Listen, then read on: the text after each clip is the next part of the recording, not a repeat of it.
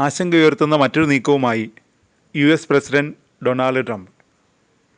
അന്താരാഷ്ട്ര വികസന പദ്ധതിക്ക് മരണമണി മുഴക്കുന്ന നിലപാടാണ് ഇപ്പോൾ ട്രംപിൻ്റെ ഭാഗത്തു നിന്ന് വന്നിരിക്കുന്നത്.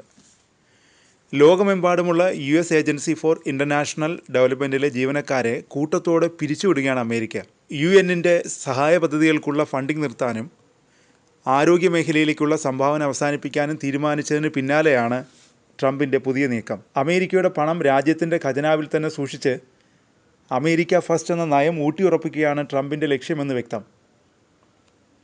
നിലവിൽ US ഏജൻസി ഫോർ ഇൻ്റർനാഷണൽ ഡെവലപ്മെൻറ്റിൻ്റെ ഭാഗമായി ലോകത്താകമാനമുള്ള 10,000-ലധികം ജീവനക്കാരിൽ 300 പേരെ മാത്രം നിലനിർത്താനാണ് ട്രംപ് ഭരണകൂടത്തിൻ്റെ പദ്ധതി. ആഗോളതലത്തിൽ നേരിട്ട് നിയമിച്ച USAID ജീവനക്കാരെയെല്ലാം അവധിയിൽ പ്രവേശിപ്പിക്കുമെന്നും വിദേശത്ത് ജോലി ചെയ്യുന്ന ആയിരക്കണക്കിന് ഉദ്യോഗസ്ഥരെ തിരിച്ചു വിളിക്കുമെന്നും ഭരണകൂടം പ്രഖ്യാപിച്ചിരിക്കുന്നു.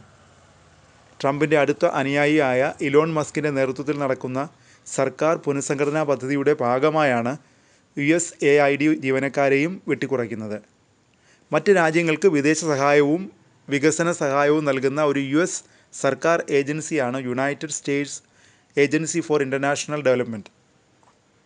ആഗോള വികസനം, മാനുഷിക വികസനം, ജനാധിപത്യം പ്രോത്സാഹിപ്പിക്കൽ എന്നിവയെ സഹായിക്കുന്നതിനായി 1961-ൽ പ്രസിഡന്റ് ജോൺ എഫ് കെന്നഡിയാണ് ഈ ഏജൻസി രൂപീകരിച്ചത്.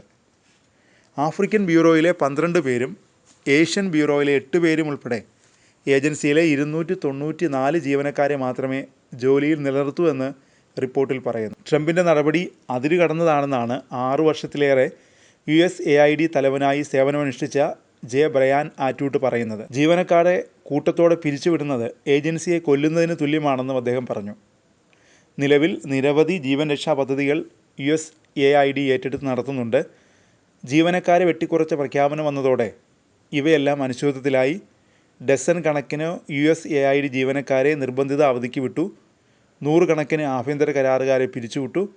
ട്രംപ് ഭരണകൂടം USAIDയുടെ പ്രവർത്തനങ്ങൾ ഫലപ്രദമല്ലെന്നും US താൽപ്പര്യങ്ങൾക്ക് വിരുദ്ധമാണെന്നുമാണ് വാദിക്കുന്നത്.